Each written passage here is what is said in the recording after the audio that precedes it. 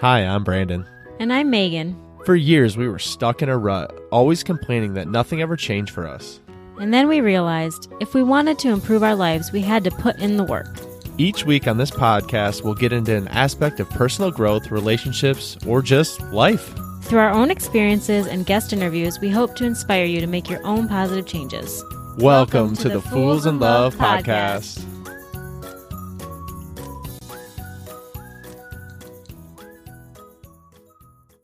Welcome back to another episode of the Fools in Love podcast. Today we're going to explore a topic that is very near and dear to us because we have lived through it. And we are talking about when a couple is misaligned in their personal growth journeys. But before we do that, can I share a review shout out, Megan? Of course. Well, we got a review from New Mama Kai, and she said, real life with a positive outlook. I love how Brandon and Megan give it to you straight, but with a splash of hope and feeling like things will be okay. They are artists in how they talk about challenges they've faced and also give tactical strategies of overcoming and moving forward. We need more couples willing to share their stories and talk openly like this. Well, thank you so much, New Mama Kai. We appreciate you. And if you would head over and leave us a review after this episode, we'd greatly appreciate it. So let's jump into this. All right. Well, first and foremost, we were hanging out on Clubhouse last night. The club. If you're in, you're in. You know what I mean. And we were having a discussion with some other couples and some halves of a couple. And it came up over and over that a lot of people's experiences were that one person in the relationship kind of started out the personal growth journey before the other. And then eventually the other one caught up or is in the process of catching up. And since that was something that we had experienced, we were like, this seems to be a common thread. Let's chat about this. Yeah, I always love to hear like that common theme. And if common themes keep coming up, then it's something we definitely want to talk about. And like Meg, like you just said, I mean, that was something that like multiple people brought up, which was odd to me because even though I lived it, it seemed like we were kind of far removed from it. So I guess it wasn't on the top of my mind. But it seems like something that's consistent across all couples, certainly a lot of couples who are like kind of reaching for more. And so I also was intrigued by the fact that most of the women seem to be the trailblazers in this, which is pretty awesome. So shout out to the ladies. Go ladies, absolutely. But yeah, most women seem to be the more practical people, the more people willing to like take steps forward, and the men were kind of lagging behind. And just speaking from a man's perspective, I think that's probably because men can definitely be one, more stubborn, and two, and more importantly, I think just it's harder for men to ask for help or to know that they need to improve. And so like this whole personal growth journey is just like, it's being better, right? It's lifting yourself up. And so but in order for me to do that, I feel like for me as a man, I had to admit that I wasn't where I wanted to be, which I think is really difficult for men in general to say, hey, I'm not where I want to be and I can't handle it by myself. And so maybe that's why we're seeing that relation between, women kind of pushing forward. Now, I have to ask you, you say that you knew that eventually you knew that you weren't where you wanted to be, but did you also kind of feel like maybe if you started a personal growth journey that something was wrong with you currently? Like not just you were not where you want to be, but also like you were admitting something in your life? Of course. I mean, I'm admitting fault because again, I'm like, well, it couldn't be me. Like my problems in my life couldn't be me. I think I'm figuring it out. I think I'm doing the things that I need to do to make everything happen. And so when you start being like, well, how could I improve? Most people don't look at improvement as just like improving and taking it to the next level. They look at improvement as, oh, great, something's wrong and I need to fix it. And see, that's how I looked at it. I was like, well, something's wrong, but it can't be wrong because I've already tried these steps to fix it and they didn't work or whatever it was. And then when I had to actually look in the mirror and say, oh man, I guess maybe I do need to do something, then it's kind of eye-opening. And I give that a testament to you because I wouldn't have done that. I wouldn't have known to do that. Like I didn't even really understand what personal growth even was. I never even understood that it was a thing. I mean, I knew who Tony Robbins was, but I didn't ever like watch one of his talks. I didn't read one of his books. I didn't listen to a podcast about it. I had no idea what it even was. And I don't even know that you did in the sense of it being personal growth, but you just had that burning in you that you wanted to do something more. And we were talking about in that clubhouse, like, and I'll share it with y'all, but about that burning that was inside of you and you taking the steps. And rather than you nagging me, because this is really important, and we'll get into all this during this episode, but rather than you nagging me like, Brandon, what's wrong with you? Why aren't you where I want to be? Judging me, coming from a place of resentment, coming from a place of pointing the finger, you were like, no, that's cool. I'm just going to do my thing over here. And that really doesn't affect you, because that's the other thing. What your partner is doing shouldn't really affect you. It shouldn't really affect you in the sense that you're not going to then reach for more because they're holding you in place. And to me, I think that most people say that, and I don't say this lightly because I get people have situations, but think you're using it as a crutch. Like, well, my partner doesn't want me to do that, therefore I won't. But where's that power in you to say you're going to go out there and do it? And I'll give the credit all to you, because you did that. You said, well, I mean, you're sitting your butt on the couch and you're not doing anything, but that's not the life I want. And so, we didn't even have a conversation really. You're just like, this is what I'm going to do. And I was like, cool. Okay. That's great for you. You're a little insane. But okay. I didn't really say anything to discourage you, and you went out there and did it. And that modeling is what finally got me to the place where I was willing to at least start the conversation, or at least look myself in the face and think about what I could do. Yeah. Okay. So many good things that you just said, but I think it's so interesting because you were talking about how I didn't really know what personal growth is. And honestly, I didn't. And for many years before I really started my personal growth journey, I want to say that I dabbled in personal growth. Like, I would have these spurts of energy where I was like, oh my gosh, something's not right in my life. I'm going to go do this. Like, I would get inspired. I would have the things and I would want to do more, be more, all of the things. And for whatever reason, they always died out. And I didn't have a name for what I was feeling. I didn't understand that I was trying to start this personal growth journey and just wasn't doing it. But then, in 2018, is it 2018?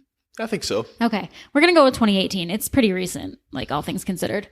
2018, that's when my mom actually was like, hey, do you want to come? She was living in Michigan at the time. She's like, do you want to come up to Michigan and run this 10-mile crim race with your sister? If you do, cool, I'm in. I'll pay for you guys' race. Let's do that. And I was like, Mom, I mean, yeah, that sounds great, but I don't run. What are you talking about? I can't run 10 miles. And then it hit me, I can. I mean, I hadn't yet, but I could learn to run 10 miles. It wasn't impossible. It was the spring. The race wasn't till late summer. I could do it. And so that's kind of really one of the things that prompted me into this. And again, I still didn't have words for it. I still didn't understand this was the beginning of a personal growth journey by any means. I thought I was getting my exercise on. I thought I was getting, a little bit more in shape, figuring stuff out. And from there, I think really was one of the first times that I thought, okay, well, if I can run, if I can accomplish this, then what else am I able to do? And then that propelled me into understanding more of what personal growth really was. So what do you think the difference was then? Because like you said, you felt that stirring in you a lot. And I think a lot of people can relate to that. You feel the stirring, but then life happens, distractions happen, mm-hmm. You get kicked in the face, you fall on your face, you presume you're going to fail, you put those thoughts out. So what was different from the time, why do you feel like your mom being like, hey, why don't you come run this race? Why was that the catalyst for what really ended up pushing you into this space of growth? I think it was just that I was finally ready. I think that I was finally mentally in a place. I think I was finally physically in a place. I think I was just understanding that at some point I was going to have to deal with those feelings of wanting more. And so it seemed like a logical place to start because running wasn't totally foreign to me. I had run many times before. I hadn't ever run 10 miles in my life at that point, but also I just felt like it was something sort of doable. It wasn't out of the complete realm, and it was just right timing. Both of our kids had been born by that point. I wasn't struggling as a new mom anymore.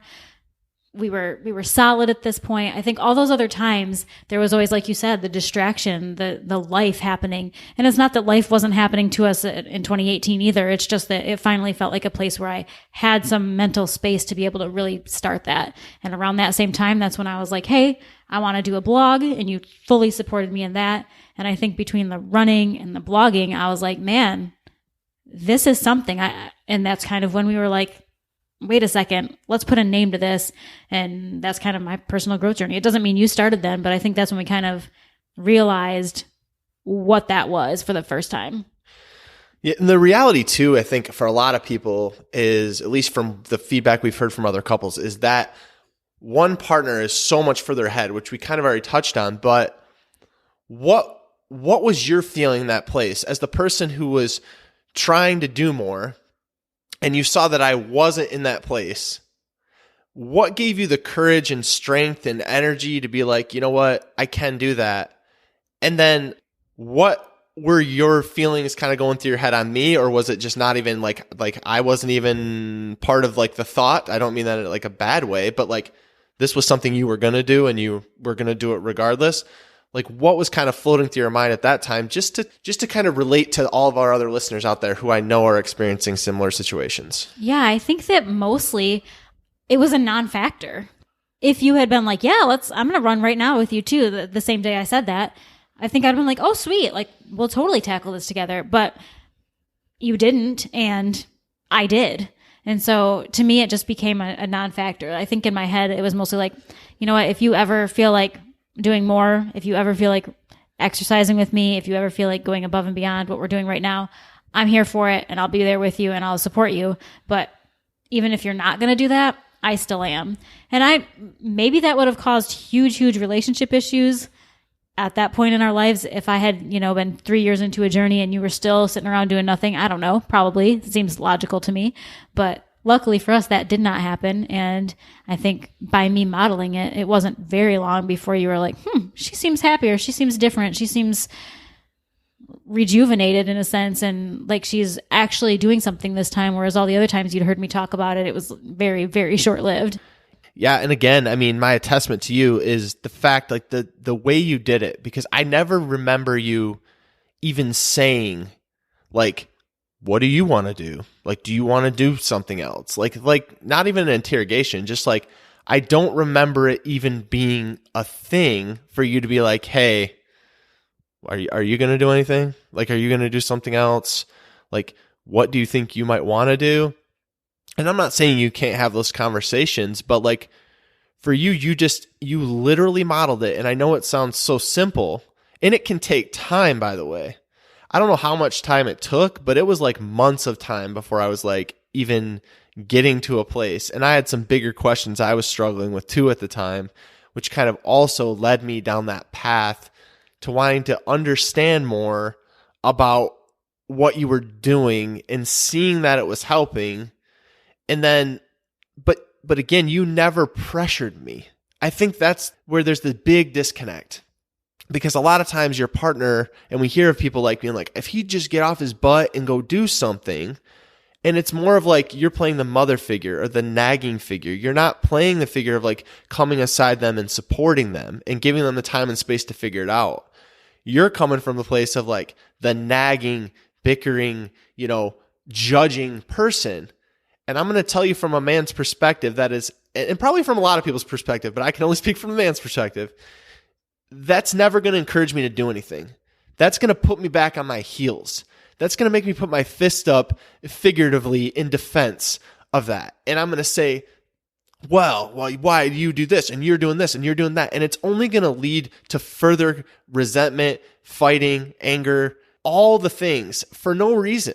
Because if you come at it that way, and I think that's where a lot of people stumble and trip up, is they're like, well, I've tried everything and they just won't do it. And it's like, but have you been patient? Have you modeled it and been patient? And I get there's circumstances where that might not work, but that's what worked for us.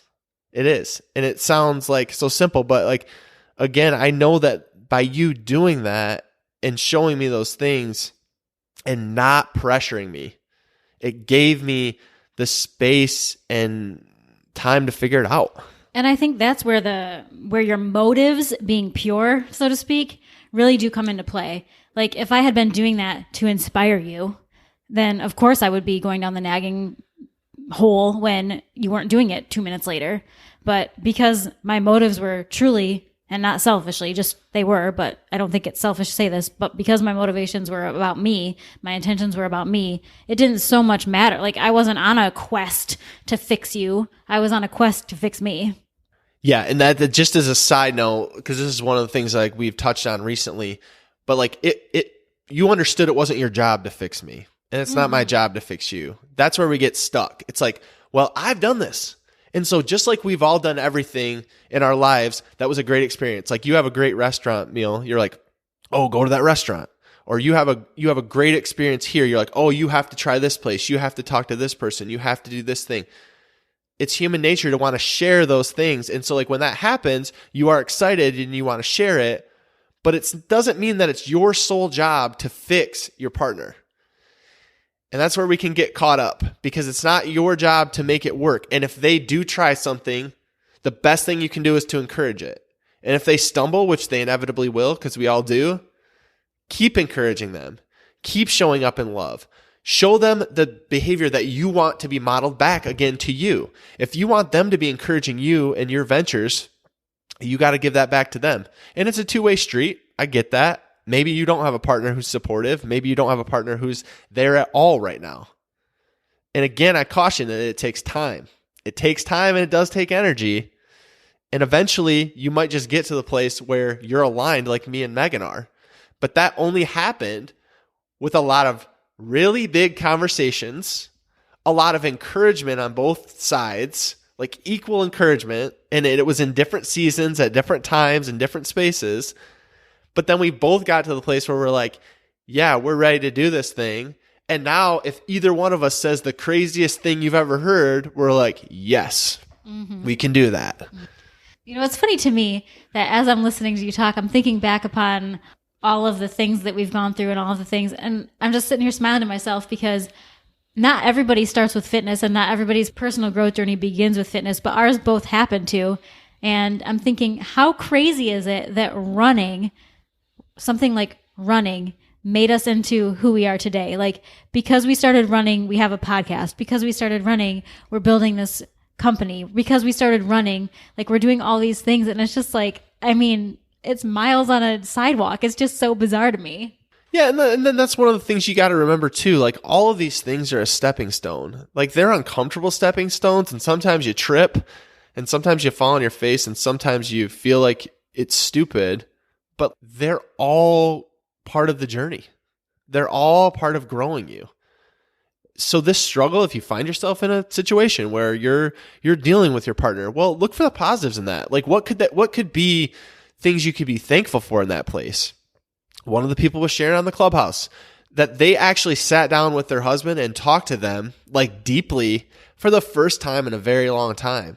Well, if it took something like that to get you to that place, I think it's worth it, right? Because all the struggles we've been through as a couple, it took us going through the valleys to get there. And don't ever take those for granted, because those are the areas where you really get a clear vision of what you want and what you don't want. And those are the areas where like you learn all of these things that we're talking about. But me and you don't learn these things if we don't try them, and if we don't talk, and if we don't do any of the things we've already mentioned. We don't get to that place. If we were bitter, resentful, feeling like our partner was weighing us down, we would never be on the other side of that. And so I'm thankful for all of those things that happened, because they opened our eyes up and opened our minds up to something new and different and amazing that would have never been there had we not been going through the terrible resentment, all the other things that come along with it, all the other negative feelings that come along with that. Yeah, I mean, our misalignment ended up being one of the greatest blessings of our entire lives, just because it prompted so many new things for us, new adventures, deeper connection, more conversations. I mean, I think in the past few years, we have had more meaningful conversations than probably like since we first started dating and didn't even know each other and had to learn all the things. Like, I don't think that we've had those kind of conversations up until we really started getting into this and relearning ourselves and rediscovering ourselves both individually and together. The last thing I'll say too is just in the process of this misalignment, in the process of you not being on the same page or not being in the same growth trajectory, just make sure you're giving each other grace and make sure that you are encouraging each other, not discouraging each other, and make sure that you're looking at your behavior and understanding that it has a direct effect on how your partner is going to be feeling about all of this. Chances are, like when Meg started, you're feeling a little bit subconscious about yourself, feeling a little bit scared that it's just a weird and new thing, and it's like your partner's doing something different that you don't really understand. And for me, like when there's things that I don't understand, it causes me anxiety. It just causes me more stress because I want to understand and I want to figure out what's going on. But the only way that I could have understood is by asking you the questions and then listening to your response. But again, we would never have gotten to that place had I not been willing to do those things and try those things. And we would never be in the beautiful place that we are right now. And so I encourage you, if you're finding yourself in those seasons, just make sure that you're giving your partner the grace. And also one last tip, don't go back to the past and how things have happened before. Like if you've tried it with your partner before, if that's the first thing that's off your tongue when you listen to this episode, please look that in the face. Please question yourself on that. Please challenge that, because that is not going to serve you at all in the future. If you want this to change, we invite you to try some of these things, because going back to the past and how your partner did this, that, or the other, or you've tried it with them and it didn't work, try it a different way. Love them more. Push more. Like, not push more in a stressful way, but try it again in a different way with a different voice from a different angle, and maybe it'll just work. And just respect the process too. I think that so often we think, well, my journey looked like this, so you're expecting your partner's journey to be very similar. It may not be. It might take a totally different amount of time. It might be in a totally different direction. Maybe one of you is going and working on some things that the other one has no desire to ever even think about because it's just not a factor for them. So I don't think that, clearly personal growth is meant to be personal. It's not meant to be a one-size-fits-all thing. So don't have any preconceived notions that this is how their journey should go, because their journey will not look the way you expect it to, because it's their journey. Just let them be on it, support them, and love them. I love that. Thank you all so much for listening. If you have any questions, hit us up on the DM at The Fools in Love, and we'll see y'all next week. Love y'all. Hey B, what did you think of that episode? I think it was pretty dang good. Well, what should someone do if they enjoyed these last 30 minutes? They should probably head over and leave us a review so we can reach more people. They definitely should. Guys, if you like the Fools in Love podcast, please go follow us over on Instagram at Fools in Love Podcast. We'd love to connect with you and learn more about what you'd like to hear.